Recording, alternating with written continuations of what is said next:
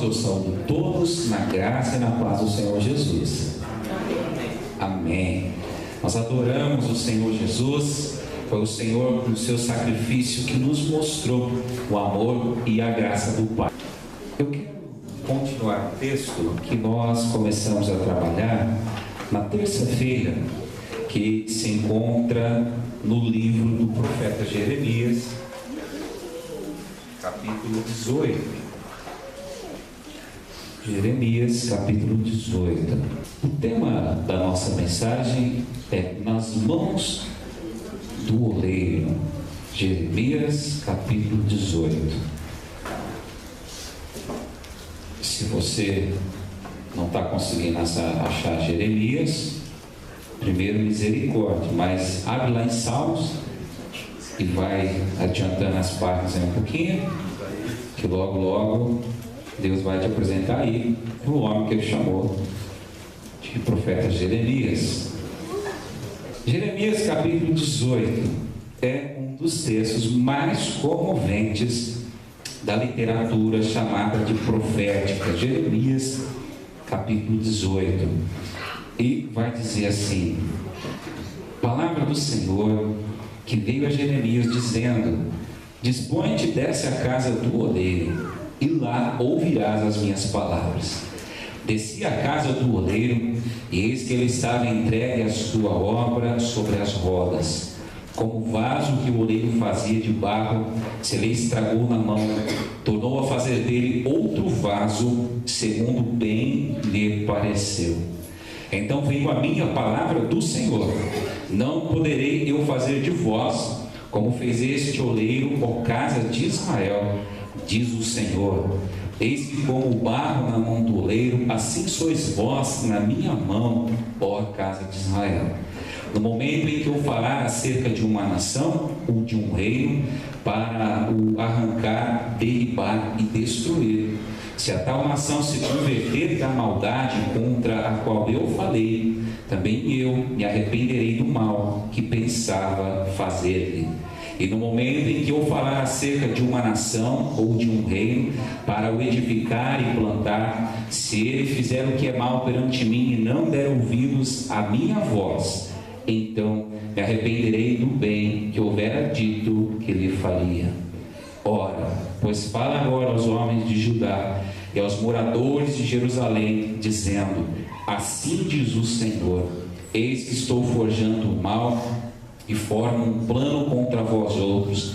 Convertei-vos, pois, agora, cada um do seu mal proceder, e emendai os vossos caminhos e as vossas ações. Amém.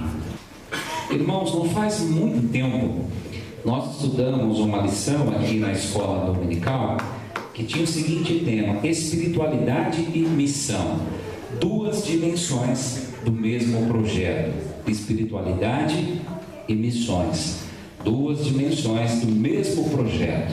E o autor daquela lição nos ensinou o seguinte: que é um erro grave, perigoso, o cristão tentar fazer uma dicotomia entre missão e espiritualidade.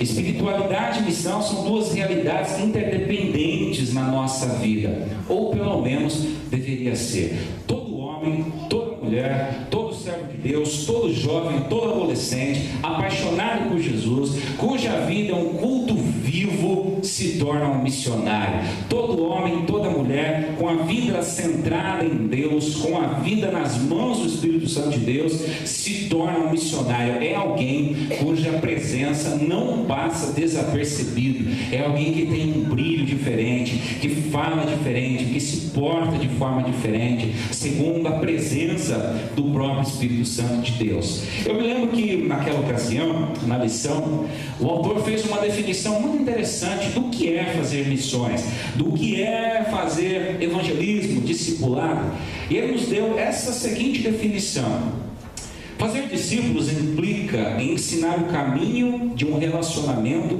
de obediência, intimidade e amor com o Pai. É ensinar aos novos convertidos o caminho da busca por uma espiritualidade profunda, que os levará a um compromisso com a missão de Deus no mundo. E o que me chamou a atenção e me fez guardar essa lição no coração foi o final da frase, onde ele diz assim: porém, ninguém pode compartilhar aquilo que não possui. Ou seja, meus amados irmãos, nós sempre vamos refletir aquilo que está no nosso coração. Eu não vou ensinar ninguém a amar a Deus, ninguém a ter uma vida profunda com Deus, ninguém a ser apaixonado por Deus, se antes eu não for um apaixonado por Jesus, eu não for um comprometido por Jesus, eu não for um homem sedento, de coração quebrantado, tocado, arrebatado por Deus. Começa em mim, na minha vida, no meu viver, nos meus valores, no meu caminhar, no meu testemunhar. E é importante nós atentarmos para algo, meu irmão. Em tudo, queira ou não, nós refletimos o nosso interior. Aquilo que nós somos sempre vai se refletir nas nossas atitudes, no nosso exterior. Vou dar um exemplo: se o meu interior é um caos, os meus relacionamentos interpessoais vão ser marcados pelo caos. Se no meu interior há desordem, há confusão, há desarmonia, os meus relacionamentos familiares vão ser marcados por desordem, por confusão, por desarmonia. Se a minha vida cristã é um caos, se dentro de mim a minha vida com Deus, a minha espiritualidade, ela é uma desarmonia, ela é um caos, ela é uma bagunça, a minha vida cristã vai ser um caos, vai ser uma bagunça, o meu ministério vai ser um caos, o meu pastorado vai ser um caos, a minha vida como servo de Deus vai refletir o meu interior. Se o meu interior está em desarmonia com Deus, não tenha dúvida, você vai reproduzir a desarmonia, as inquietações, a sequidão, aquilo que está no nosso coração. Princípio ensinado por Jesus: a boca fala daquilo que o coração está cheio, e o homem bom, do bom tesouro do seu coração, tira coisas boas. O homem mau, do tesouro ruim que está no seu coração, tira coisas ruins. Princípio ensinado pelo próprio Senhor Jesus. Interessante, meu irmão, o nosso interior sempre vai refletir então o tipo de cristão que nós somos, o tipo de discipulado que nós vamos fazer ou não. Há um pastor, um estudioso, um missionário chamado Christian Schwartz. Christian Schwartz escreveu uma tese que mais tarde virou um trabalho de assistência às igrejas internacional, que é conhecida como as 9 marcas da espiritualidade saudável da igreja. Esse pastor, chamado Christian Schwartz, começou com um livretinho que hoje são uma série de livros e estudos, intitulado O ABC do Desenvolvimento Natural da Igreja. O que eles fizeram? Eles começaram a olhar as igrejas e perceberam que as igrejas do século XXI estão estagnadas, têm problemas no que diz respeito ao crescimento, à expansão, à vitalidade, e eles começaram a pesquisar então. Foram em 1000 igrejas ao redor de todos os continentes do planeta, visitaram igrejas bem ricas, igrejas muito pobres, igrejas tradicionais, tradicionalíssimas, igrejas avivadas, igrejas grandes, pequenas, de todos os tipos de denominações, igrejas com pastores, igrejas com pastoras, enfim, cada igreja respondeu um questionário, 30 irmãos de cada denominação respondeu um questionário, e quando eles somaram todos os questionários, meu irmão, foram mais de 4 milhões de respostas. E eles trouxeram os dados, catalogaram, colocaram no computador, começaram a cruzar os dados, as informações, começaram a organizar aquelas ideias, aqueles apontamentos. E sabe o que aconteceu? Eles conseguiram identificar 9 marcas que são comuns em todas as igrejas que crescem. 9 marcas que estão presentes, não importa se uma igreja na África ou se em Portugal, se uma igreja no sul ou no leste. E uma das marcas que foi identificada em comum em todas as igrejas saudáveis é justamente o que eles chamam de espiritualidade contagiante. Meu irmão, minha irmã, isso é muito interessante, porque nós somos levados a pensar que espiritualidade, vida com Deus, precede o trabalhar para Deus. Deus, irmãos, está muito mais interessado no que está acontecendo no nosso coração do que no nosso exterior. Deus, irmãos, está muito mais interessado em trabalhar primeiro o nosso coração, a nossa espiritualidade, para que tenhamos essa espiritualidade viva, saudável, contagiante, vibrante, uma espiritualidade, meus irmãos, que deixa as pessoas com água na boca, deixa as pessoas querendo conhecer o Deus que nós conhecemos, adorar o Deus que nós adoramos. Deus está muito mais interessado na nossa é na nossa performance religiosa. E aí, nesse sentido, quando nós olhamos para esse texto, nós aprendemos que nós queremos ter sucesso na nossa missão, nós precisamos primeiro ser moldados pelas mãos do oleiro. Se você quer ser, meu irmão, um cristão frutífero, uma mulher frutífera em Jesus Cristo, um homem frutífero em Jesus Cristo, um jovem de muitos frutos para a glória de Jesus Cristo, o processo é esse. Primeiro é necessário que as mãos do oleiro nos molde, nos mude, trabalhe o nosso caráter, trabalhe o nosso coração. Esse é o processo. Não há atalhos, não dá para pular etapas. Deus primeiro precisa trabalhar em nós, para depois trabalhar por intermédio de nós.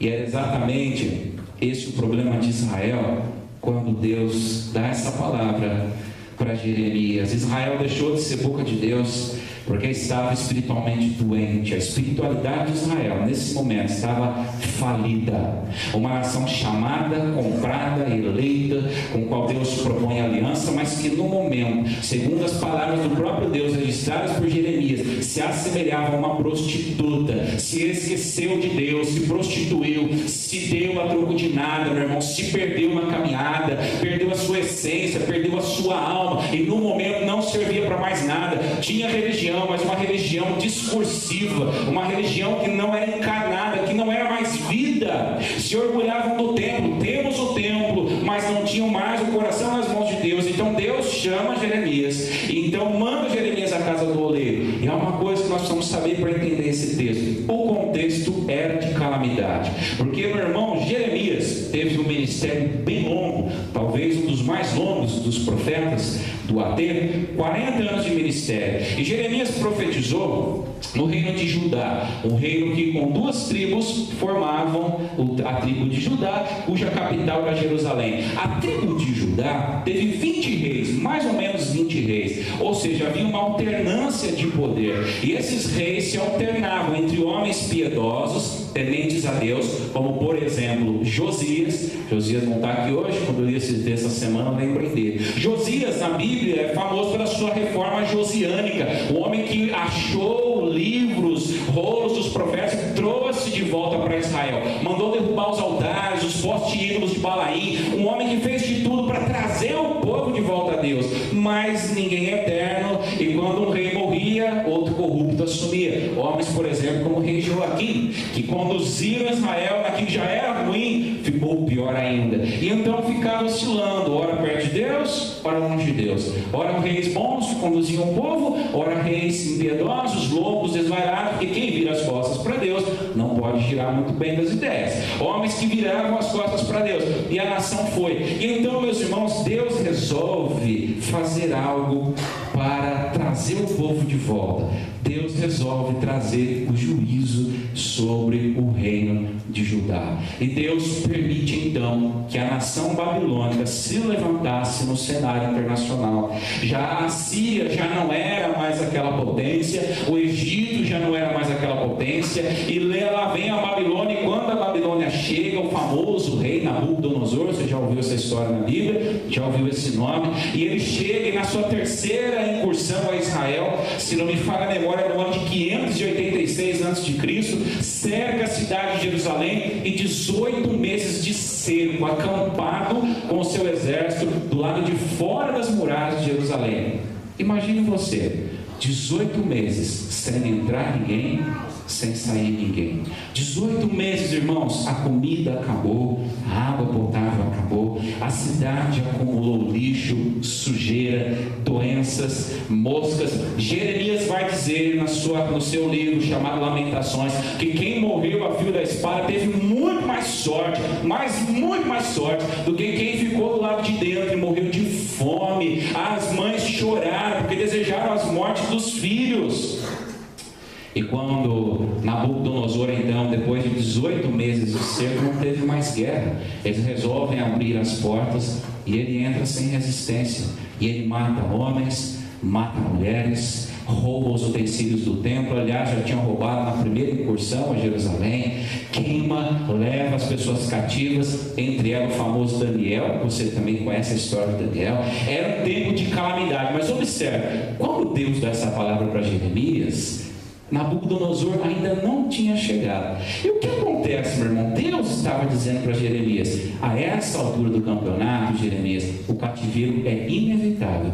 Eu falei, vocês não ouviram. Saiba que Nabucodonosor chega, menos dia mais dia, esse juízo vem. Porém, eu não desisto de vocês. E aí, meu irmão, Deus começa a dar essa visão para ele, entendimento daquela figura. O oleiro ali trabalhando no vaso, o barro se estraga, ele insiste na obra, novamente ele constitui um vaso, algo útil, e Deus fala: olha, está vendo, Jeremias?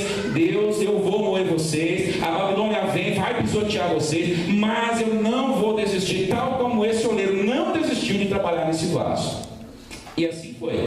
Eles foram para o cativeiro, um cativeiro longo, 70 anos de cativeiro, mas conforme a palavra de Deus, um dia, o cativeiro chegou ao fim. E eles voltaram. E a história da salvação continua se desenrolando até o nascimento de Cristo. E aqui estamos nós, a igreja, até a volta do nosso Senhor Jesus Cristo. Quando eu olho para esse texto, igreja querida, algumas coisas que precisam gritar no nosso coração. Não é para a gente só observar, mas algumas realidades que a igreja moderna precisa resgatar urgente. E quando eu olho para esse texto, eu entendo algo. Deus, primeiramente, Deus não desiste de trabalhar em nós. Deus não desiste de trabalhar em você. Olha o que diz o verso 4. Por favor, olha na sua Bíblia. Se você fechou, abra de novo. Deu tanto trabalho para você achar Jeremias, já fechou tão rápido. Abre de novo. Jeremias capítulo 18, verso 4. Como o vaso que o oleiro fazia de barro, se lhe estragou na mão, tornou a fazer dele outro vaso, segundo bem lhe pareceu. Irmãos, olha que coisa interessante.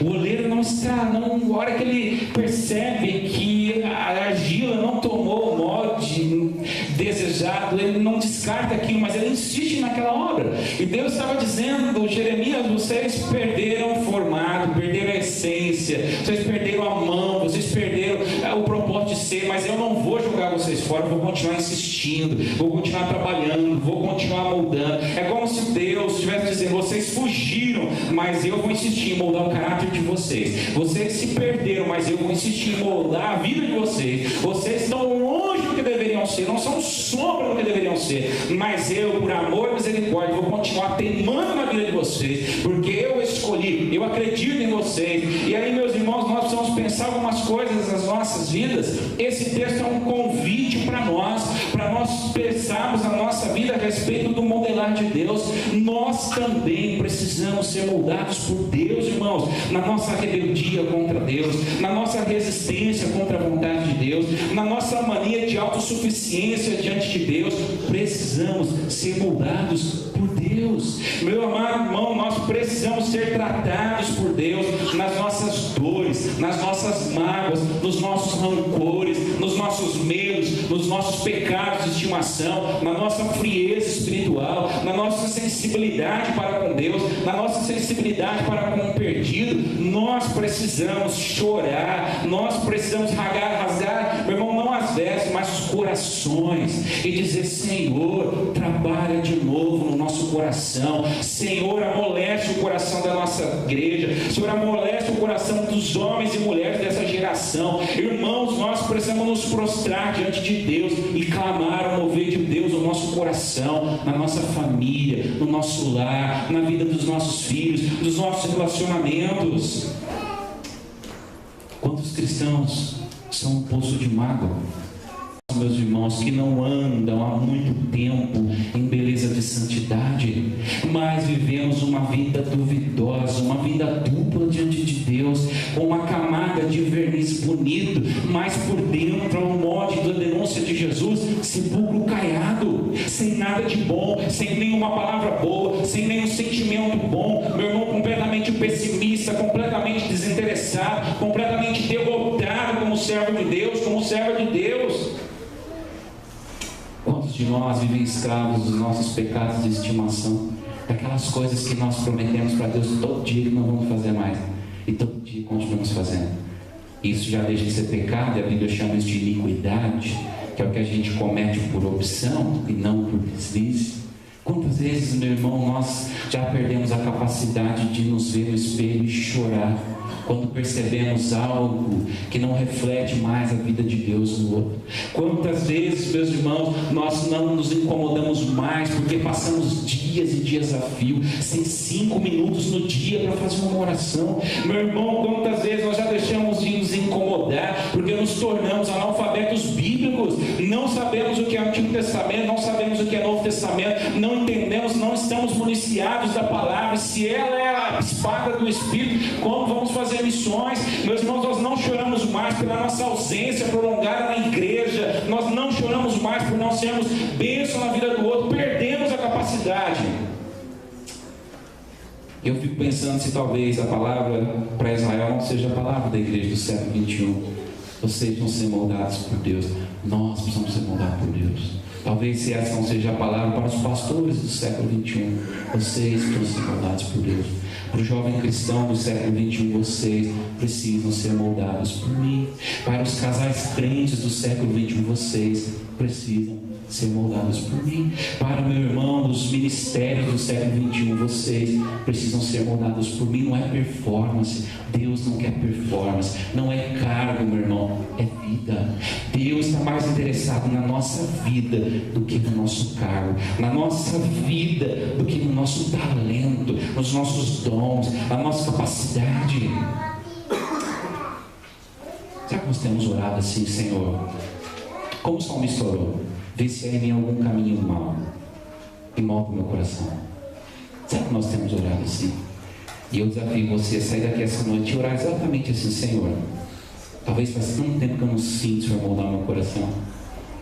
Deus, toca meu coração, porque eu preciso sentir. Eu quero o Senhor tocar o meu coração.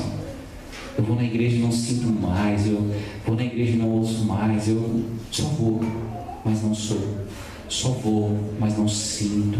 Só estou, mas não amo.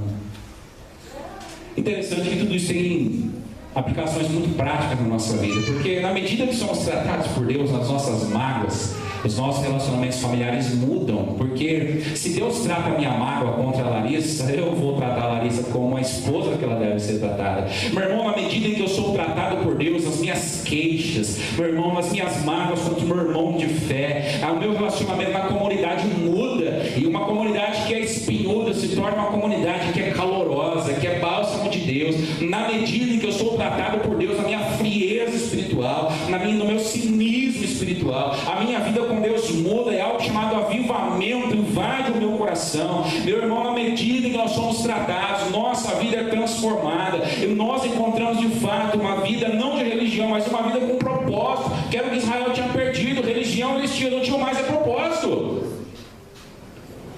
O contrário também é verdade. Na medida em que eu teimo com Deus, tudo fica mais difícil. Na igreja está sendo difícil, em casa está sendo difícil, nada presta, nenhuma igreja presta, nenhum irmão presta, nenhum presbítero presta, nenhum pastor presta. Irmão, a nossa oração deve ser: Senhor, que não fique um pedacinho desse coração, desse barro ruim, que o Senhor não coloque as mãos. A nossa oração deve ser, meu irmão, Senhor, que não fique um pensamento nessa mente pecaminosa, na qual o Senhor não coloque as mãos. Senhor, que não fique um sentimento desse coração, dentro desse coração, na qual o Senhor não coloque as mãos, e modele, e transforme, e amasse de novo, e bata, Senhor, e vire, revire, para que se transforme em algo parecido com aquilo que é Jesus. O trabalhar de Deus, tanto na vida de Israel quanto na nossa vida, acontece com uma finalidade,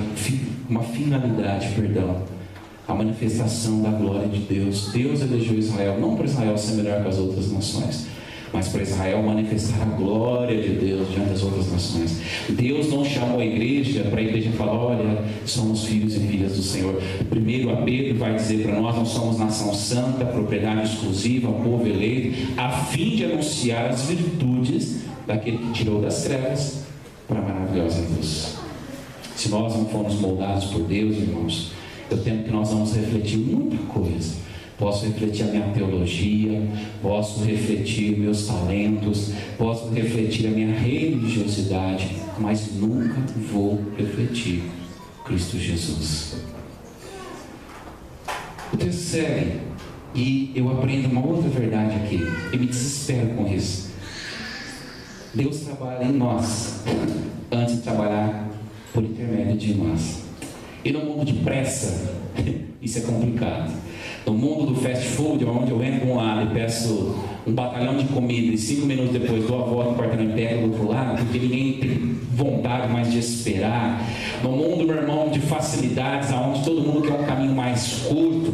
No mundo onde as coisas têm que acontecer muito rápido e ninguém mais quer ser trabalhado, moldado, ninguém mais quer olhar para dentro de si mesmo e numa resignação de alma, pensar as coisas, vivenciar as coisas, e talvez por isso o nosso mundo seja tão barulhento e tão agitado. Ninguém quer processo na vida, nós queremos resultados, mas com Deus não funciona assim, porque Deus, antes de trabalhar por intermédio, você vai trabalhar em você. Você é um canteiro vivo, você é um canteiro de obras, meu irmão, na qual Deus vai trabalhar dia e noite, antes de trabalhar por você, por intermédio de você. Deus disse: Jeremias, está vendo esse vaso que o oleiro restaurou? Eu vou fazer assim com Israel, mas vocês vão para o cativeiro. E quando vocês aprenderem quem eu sou e quais são as prioridades, então trago vocês de volta. E aí eu vou trabalhar por intermédio de vocês. Nós queremos às vezes, meus irmãos, cinicamente, talvez até desavisadamente, não sei, que Deus nos use, que Deus se move entre nós, que Deus fale, que Deus aconteça. Como? Se nós não damos sensibilidade ao Espírito, não temos sensibilidade para entender que o Espírito quer trabalhar primeiro em nós. E quando eu olho para a palavra de Deus, eu entendo que esse é um processo de Deus. Me permita 2 exemplos. Olha para a vida de Moisés, um do Antigo e um do Novo Testamento. Daria para a gente falar muitos, mas o tempo hoje não dá para isso. Olha para Moisés. Com quantos anos Moisés saiu para liderar aquele povo? Com quantos anos? Quantos anos? Quem lembra? Com quantos anos Moisés saiu para levar aquele povo? 40, quem dá mais? 80. Vocês não sabem nada. Irmã Galimar, com quantos anos Moisés saiu? Pergunta para o mestre aí do lado que ele vai falar. Com quantos anos Moisés saiu para liderar aquele povo? Com 40 anos? Quem acha que foi 40? Idade do Marquinhos, né, Marquinhos? 40, acho que é 40, né? Tá novão. Menos? Aqui menos, pode ser. Mentira não é de Deus, não. 40 anos? Interessante, né? A mãe dele, Joquebede, uma das personagens que a gente devia prestar mais atenção nela, esconde ele naquele cesto batumado, coloca ele lá nas águas do Nilo. Eu não sei, é por Deus, porque o Nilo é infestado de crocodilo. E esses dias pegaram lá de quase 6 metros, né? Foi recorde mundial. Eu não sei como um crocodilo engoliu com o cesto e com tudo. Nós sabemos, quando Deus está no controle, tudo vai bem. E quem encontra ele? Quem encontra ele? A filha do rei. Vamos lembrar que o faraó era visto pelos seus súditos como uma divindade. Uma divindade. O faraó era um deus, um semideus, alguém acima. Então a filha do faraó, meu irmão, não era uma mulher comum, era uma mulher acima da média.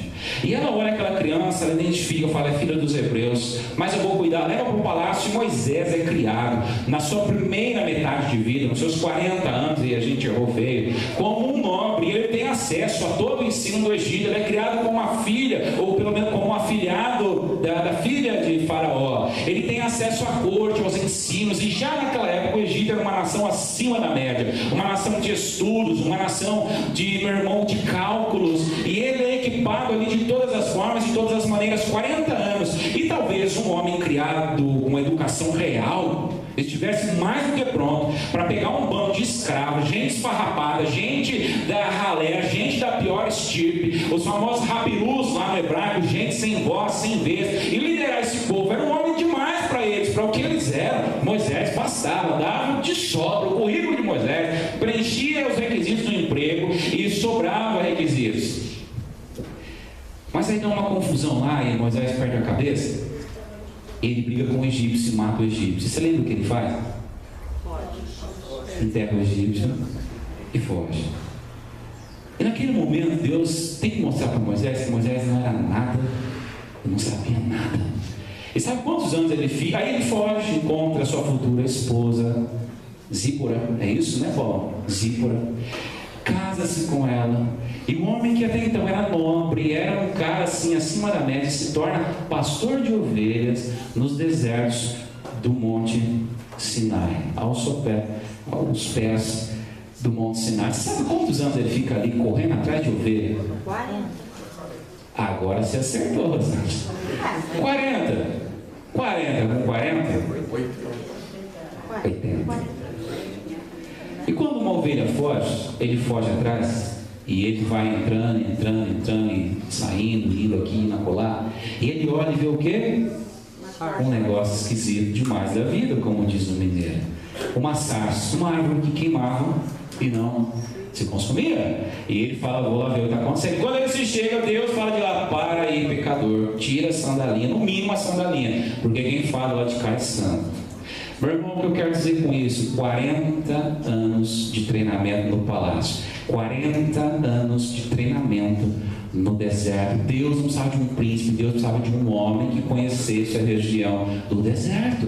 Deus não precisava de um homem de etiqueta, Deus precisava de um pastor. Então, meu irmão, Deus trabalha primeiro na vida de Moisés, para depois trabalhar por intermédio de Moisés. Moisés com 40 anos de aprendizado não era nada, Moisés com 50 anos não era nada, com 60, 70, 80, e com 80 anos ele sai para aquela jornada, com 120 anos chega lá na terra prometida, mas chega porque Deus o preparou, Deus o moldou. Se entra, se não entra, é uma pregação para outro dia, mas que chegou, chegou.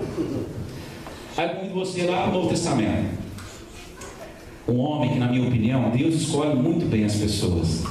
Um homem que, na minha opinião, era uma máquina de pensar, de refletir, de falar, de raciocinar. Um homem versado em toda a cultura helênica. A cultura helênica talvez foi uma das mais preciosas, ricas e importantes da humanidade. Muitas coisas que nós fazemos e cremos hoje, muitos pensamentos que nós temos hoje, são influência da cultura helênica, lá dos gregos que dominaram a Judéia. Um homem chamado Saulo de Tarso, versado, Sócrates, pré-socráticos e tudo que é filósofo do mundo, sabia tudo, gente. Se não bastasse, do outro lado foi criado aos pés de Gamaliel, um mestre de judaísmo, ou seja, era uma junção do melhor dos dois mundos, da filosofia judaica, da cultura judaica, da religião judaica e do poder, meu irmão, da filosofia, da argumentação grega. O que podia mais faltar nesse homem? E aí, quando ele ouve falar que os discípulos, aqueles desaforados, um bando de gente desajuizada, está pregando sobre Jesus, ele vai na sinagoga, porque além de possuir cidadania romana, o Império Romano, bom a gente lembrar, dominava as estradas da época. Se andar nas estradas, você precisava ter autorização dos romanos. Ele podia, porque ele tinha cidadania romana. Helênico, judaico, de cidadania romana. Se não bastasse, em Jerusalém ele tinha que ser respeitado, porque ele era membro do Sinédrio. Meu irmão, olha só, membro do Sinédrio, não era qualquer cidadão que era membro do Sinédrio. O Sinédrio, apesar que hoje o nosso Supremo não pode ser muita referência, mas era como ser membro da Suprema Corte. O Sinédrio decretou a morte de Jesus, Jesus foi crucificado e foi morto. Ou seja, meu irmão, era um homem de posses, de bens, de contatos. Aí alguém se falasse assim, eu não vou com a cara do Walter, eu quero que o Walter desapareça da face da terra. Ele tinha contatos para isso. Eu não gosto do Franco. O Franco, ele tinha, meu irmão, meios para isso, mecanismos para isso. Só que Deus não está nem aí para performance. Deus derruba ele do cavalo, literalmente, fica cego, vai na casa de Ananias, se converte, vai para Jerusalém. Quando chega lá em Jerusalém, todo mundo vai embora, porque ninguém tinha coragem de encontrar esse homem. Até então ele matava, perseguia, cortava, o fio de espada arrastava pelo cabelo. Só Barnabé, o corajoso, fica com ele. E ele começa a pregar. E quando ele começa a pregar lá em Jerusalém, dá um tumulto lá. A galera na hora fala, peraí, esse não é aquele sem vergonha daquele Paulo lá que estava matando todo mundo? Vamos pôr ele para correr. E ele tem que sair escondido, ele foge de Jerusalém. E aqui tão bonito na história dele, ele volta para a região dele. E antes dele ser chamado de novo, de volta para Jerusalém, ser enviado em missões, sabe quantos anos? Dá um hiato, sabe de quantos anos na vida de Paulo? Eu fiz 4 anos de seminário, achei que estudei demais. Falei, nossa, 4 anos, vou ficar velho, né? Não formo nunca. Né? Kelinha estudou quantos anos para ser para exercer a função, uns 10, né? Que é uns 8, né? Tem uma hora que desanima, e fala assim: meu Deus, eu vou ficar sem hora no fórum nunca. Sabe quantos anos Paulo some de cena? Ninguém ouve mais falar desse tal de Paulo. 10 anos. 10 anos. Quando depois você vai lá em Atos, depois você lê Gálatas e traça lá o mapa cronológico da vida dele, você vai entender. 10 anos, meus irmãos, 10 anos. 10 anos sem pregar um sermão. 10 anos sem se apresentar em público. 10 anos para reorganizar toda a vida dele, pegar toda aquela filosofia, pegar todo aquele conhecimento judaico, pegar toda aquela mania de poder, pegar toda aquela soberba, toda aquela arrogância, toda aquela violência, desmanchar tudo aos pés de Jesus e ser reconstruído, ser reformulado e ser moldado por Deus de novo. E depois, 10 anos depois, o seminário mais longo que eu já vi na minha vida, se torna então Paulo, o apóstolo dos gentios. Deus trabalha primeiro em nós, de tal forma, irmão, se você quer ser usado por Deus, se submeta ao trabalhar de Deus. Se você quer ser usado no seu ministério, comece a orar, comece a jejuar, comece a clamar, põe a cara no pó, chore, se humilhe, meu irmão, clame o Espírito Santo de Deus, porque se não trabalhar em você, você nunca vai ser vaso de bênção nas mãos de Deus. E eu quero concluir dizendo o seguinte: é bonito ver que Deus não faz reparo no vaso velho, Deus faz vaso novo. Nós vivemos num mundo de facilidade. No mundo de facilidade é mais fácil remendar do que consertar, né, Paulo? Fazer de novo dá trabalho, dá trabalho. Eu me lembro de um irmão que nós tínhamos lá na igreja de José Bonifácio. E quando a igreja foi fazer a casa pastoral, ele chegou lá e falou assim: vou assentar os tijolos. Mas você é pedreiro? Não, mas eu vi como é que faz, eu vou fazer. E ele foi assentando, né? Colocou. Mas chegou lá em cima, alguém apresentou um negócio para ele chamado plumo.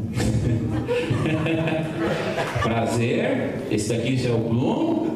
É um instrumento milenar, usado por homens ao redor do mundo todo. E alguém colocou lá em cima e deixou o plumo descer lá embaixo. O que você acha que aconteceu com a parede? Dava para brincar de esconde na parede. Se o cara ficasse reto, ninguém via ele, porque tinha uma barriga assim na parede. Só que alguém olhou a parede lá, e eu morei na casa, foi o primeiro pastor a morar na casa. Alguém olhou a parede e falou assim: não, vai dar trabalho derrubar. No reboque a gente tira. E mandaram reboque na parede. Apresentaram régua de reboque, já viu aquela régua? Alguém mediu lá, passou a régua, encontrava em cima e encontrava embaixo. No meio, passava um trem. Alguém olhou e falou assim: dá trabalho derrubar, nós vamos tirar na massa corrida. E quando eu mudei na casa, nada servia naquela parede, porque como você pendura um quadro numa parede com uma meia nua?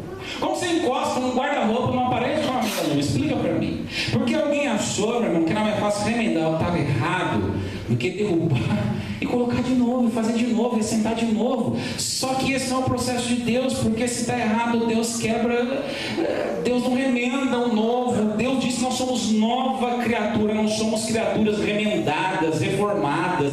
Deus não põe, meu irmão, vinho novo em odre velho, remenda o novo em rasgo velho, porque se perde a roupa, se perde o vinho, se perde o óleo, se perde tudo. Deus faz o novo, faz o novo. De tal forma, se você sair daqui essa noite e falar assim: Deus, dá uma melhoradinha na minha vida, esse não é o projeto de Deus. Deus quer transformar a sua vida. Transformar a sua vida. E eu quero concluir um pouco diferente. Quem gosta de planta? Dona de céu. Mas não rega, todas elas morrem, né? A Nilda não gosta de planta, gosta de gato. Marquinha não viu planta na casa dele. Também sai cedo e volta de noite. Quem vai aguar essa planta? Lena, não vi se tem planta lá. Tem o Walter, tem que cuidar do Walter, já está de bom tamanho. Robson tem um monte de planta lá. Talvez você tenha um vazio desse lá, né? Ou maior, ou mais bonito, né? Mas Deus nos fez assim, irmãos, vasos. E quando Ele nos fez, Ele pensou: vou fazer o Augusto, a minha imagem e semelhança. O Augusto vai ser espelho daquilo que eu sou. E onde o Augusto for, ele vai anunciar de mim. Onde o Augusto for, ele vai ser uma bênção, porque eu fiz ele para ser um vaso.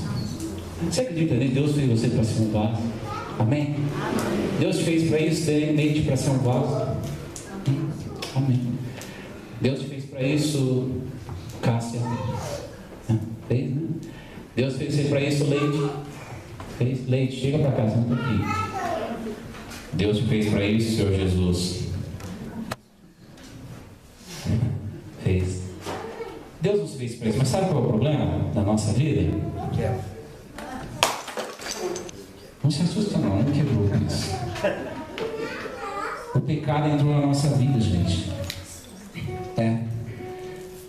Ao longo da caminhada de fé, a gente vai guardando ofensas e a gente vai esfriando no relacionamento com o irmão. Nós vamos colecionando desavenças até o ponto da gente rachar. E aí o trágico na história é que nós queremos servir a Deus assim, em cacos. E aí a gente quer dar caco do nosso tempo para Deus. A gente quer dar caco do nosso talento para Deus. A nossa vida de oração é caco, a gente quer dar caco para Deus. A nossa vida de recursos, meu irmão, a gente quer dar cacos para Deus. Só que Deus não usa uma igreja que quer dar cacos, Deus usa uma igreja que é vaso. Irmãos, a vida se perdendo. Irmãos, nós temos falado aqui todos os domingos, eu não sei mais o que falar. E quando eu saio daqui eu já estou orando de novo, falo, Senhor, já dá o sermão domingo que vem, porque as vidas estão morrendo aos milhares, aos montes, as pessoas estão desacreditadas, estão sem fé, e Deus está esperando uma igreja, meu irmão, que queira ser vaso. Por isso, meu irmão, não tem mais tempo a perder. Se reconcilia com Deus, meu irmão. Chega de jogar em time separado, meu irmão. Chega de vida de caco. Deus não vai usar a nossa vida enquanto nós formos cacos. Deus tem poder, essa igreja tem potencial. Por isso eu acredito nessa igreja. Aliás, meu irmão, não sou eu que acredito na igreja, Deus acredita nessa igreja. Essa igreja, meu irmão, pode mudar esse bairro. Essa igreja pode mudar a vida das pessoas que você conhece. Você pode mudar mais se você for vaso. Se você for caco, Deus não vai. Irmão, chore, irmão, se arrependa. Peça para Deus fazer assim de novo. Vaso, irmão.